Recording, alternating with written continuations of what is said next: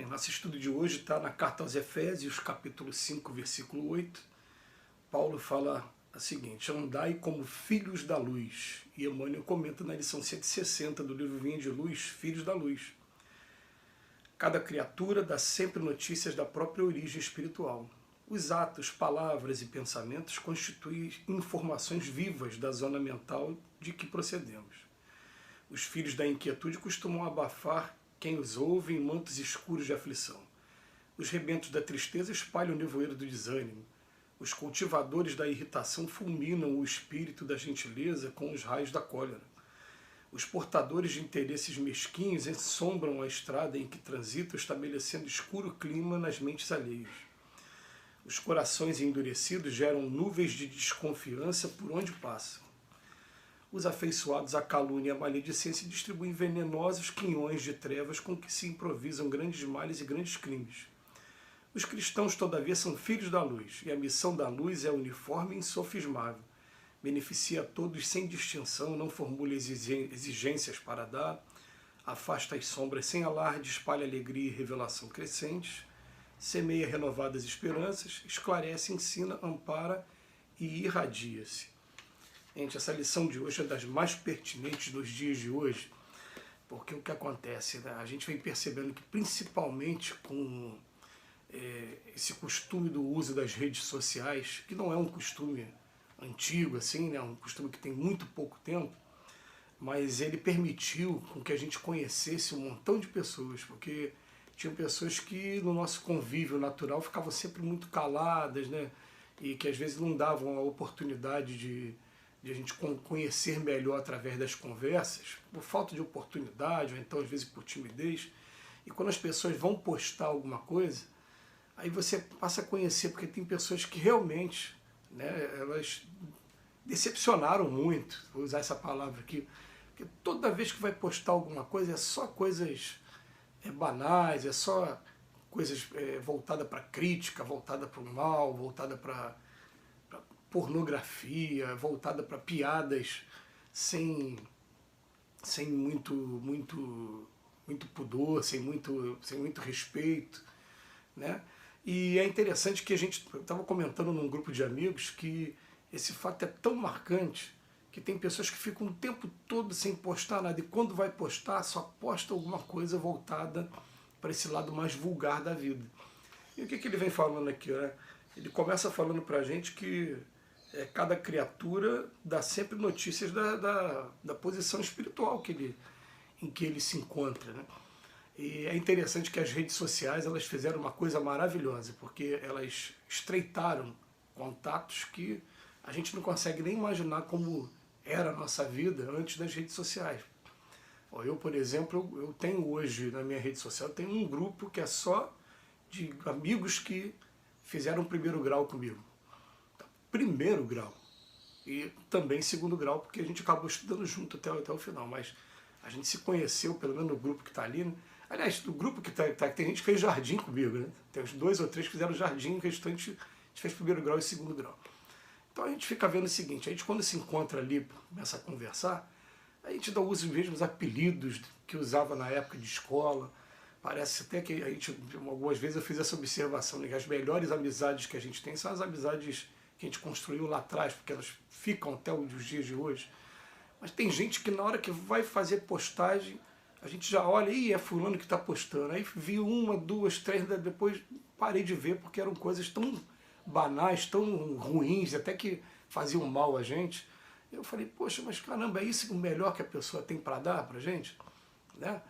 E outros também que às vezes querem demonstrar que são pessoas politizadas, mas pelo fato de serem pessoas politizadas, só querem colocar o tempo todo críticas contra ou a favor do governo, e críticas também muito polarizadas, agredindo quem não pensa da mesma maneira que ele. E a gente fica olhando e falando, pô, também é só isso que a pessoa tem a oferecer, não tem mais nada a oferecer. Então o que acontece? Filhos da inquietude, né, acabam abafando quem os ouve. Olha só como é que ele coloca, né? Os rebentos da tristeza só espalham o nevoeiro. Poxa, eu recebi uma notícia agora recente. eu vou até permitir que fazer o comentário, porque esse comentário é muito fora da razão e muito banal, né, de que todos os que estão sendo vacinados contra o Covid estarão mortos em até 2 anos. Falei, meu Deus do céu, né, que conjugação de falta de preocupação com o ser humano, porque tem gente que somatiza aquilo ali, falta de fé em Deus. E as pessoas passam essas mensagens, não tem, né? Então, cultivadores da irritação, portadores de interesses mesquinhos, que são os fake news de hoje, os corações endurecidos também geram nuvens de desconfiança por onde passa, desconfio de todo mundo está errado, né? E o ser humano não presta. E os afeiçoados à calúnia e à maledicência distribuem venenosos quinhões.